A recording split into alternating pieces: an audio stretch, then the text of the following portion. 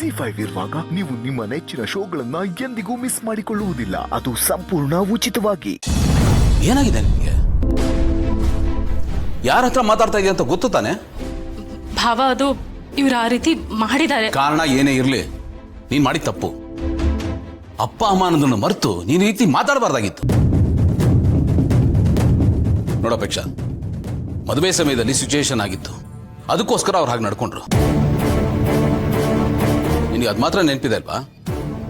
ಆದ್ರೆ ಅದಕ್ಕೂ ಹಿಂದೆ ನಿನ್ನನ್ನು ಸಾಕಿ ಮುದ್ದಾಗಿ ಬೆಳೆಸಿದ್ರಲ್ಲ, ನಿನ್ನ ತಲೆ ಮೇಲೆ ಹೊತ್ಕೊಂಡು ಮೆರೆಸಿದ್ರಲ್ಲ, ನೀನ್ ಕೇಳಿದ್ದನ್ನೆಲ್ಲ ಕೊಡಿಸಿ ತಿನ್ಸಿ ನೀನ್ ಯಾವುದು ಕೊರತೆ ಬರ್ದೇ ಇರೋ ತರ ನೋಡ್ಕೊಂಡ್ರಲ್ಲ, ಅದ್ಯಾವುದು ನೆನಪೇ ಇಲ್ಲ ಅಲ್ವಾ? ಹಾಗೆ ನೀನು ಒಳ್ಳೆ ಭವಿಷ್ಯಕ್ಕೆ ಕನಸ್ಕೊಂಡ್ರಲ್ಲ, ಅದಕ್ಕೋಸ್ಕರ ಕಷ್ಟಪಟ್ರಲ್ಲ, ಅದ್ಯಾವುದು ಲೆಕ್ಕಕ್ಕೆ ಇಲ್ಲ ಅಲ್ವಾ?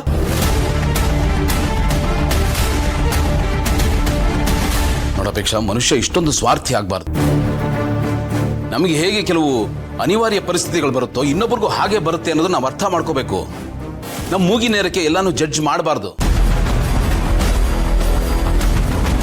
ಒಂದು ಸತಿ ಅವ್ರ ಜಾಗದಲ್ಲಿ ನಿಂತು ನೋಡು, ಆಗ ಗೊತ್ತಾಗುತ್ತೆ ನಿನಗೆ ಹೆತ್ತವ್ರ ಒದ್ದಾಟ ಏನು, ಕಷ್ಟ ಏನು ಅಂತ.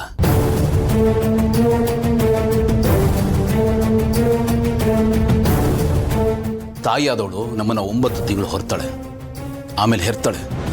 ಅದಾದ್ಮೇಲೆ ತಂದೆ ಆದವನು ನಮ್ಮನ್ನ ದೊಡ್ಡವರನ್ನಾಗಿ ಮಾಡೋ ಜವಾಬ್ದಾರಿ ತಗೋತಾನೆ.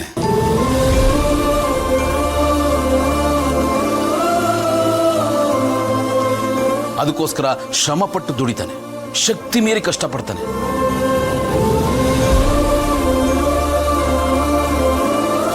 ನಮ್ಮ ಬೆಳವಣಿಗೆಯಲ್ಲಿ ಅವರ ಬೆವರಿದೆ, ಅವರ ಶ್ರಮ ಇದೆ, ಅವ್ರ ಹಾರೈಕೆ ಇದೆ.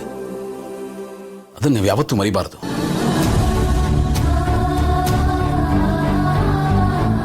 ಅಪ್ಪ ಅಮ್ಮ ತಮ್ಮ ಜೀವನನ ಪಕ್ಕಕ್ಕಿಟ್ಟು ನಮಗೋಸ್ಕರ ಬದುಕ್ತಾರೆ. ಒಟ್ಟಲ್ಲಿ ಮಕ್ಕಳು ಚೆನ್ನಾಗಿರ್ಬೇಕು, ಅವ್ರಿಗೆ ಯಾವುದೇ ಕಷ್ಟ ಬರಬಾರ್ದು, ಅವ್ರು ಇಷ್ಟೇ ಬಯಸೋದು, ಇಷ್ಟೇ ಕನ್ಸು ಕಾಣೋದು. ಇಷ್ಟೆಲ್ಲ ಕಷ್ಟಪಡೋರಿಗೆ ನಮ್ಮನ್ನ ಪ್ರಶ್ನೆ ಮಾಡೋ ಹಕ್ಕೇ ಇಲ್ವಾ? ಹಾಗಾದ್ರೆ ಅವ್ರು ಪ್ರಶ್ನೆ ಮಾಡಲೇಬಾರ್ದಾ? ಅಪೇಕ್ಷ, ನೀನು ಈ ಮನೆಗೆ ಸೊಸೆಯಾಗಿ ಬರ್ತೀಯ ಅಂದಾಗ ನಾನು ಬಹಳ ಖುಷಿ ಪಟ್ಟಿದ್ದೆ.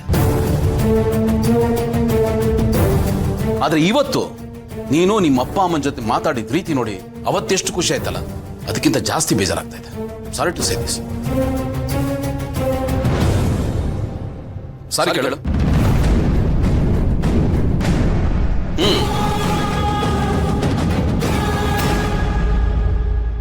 ಸಾರಿ.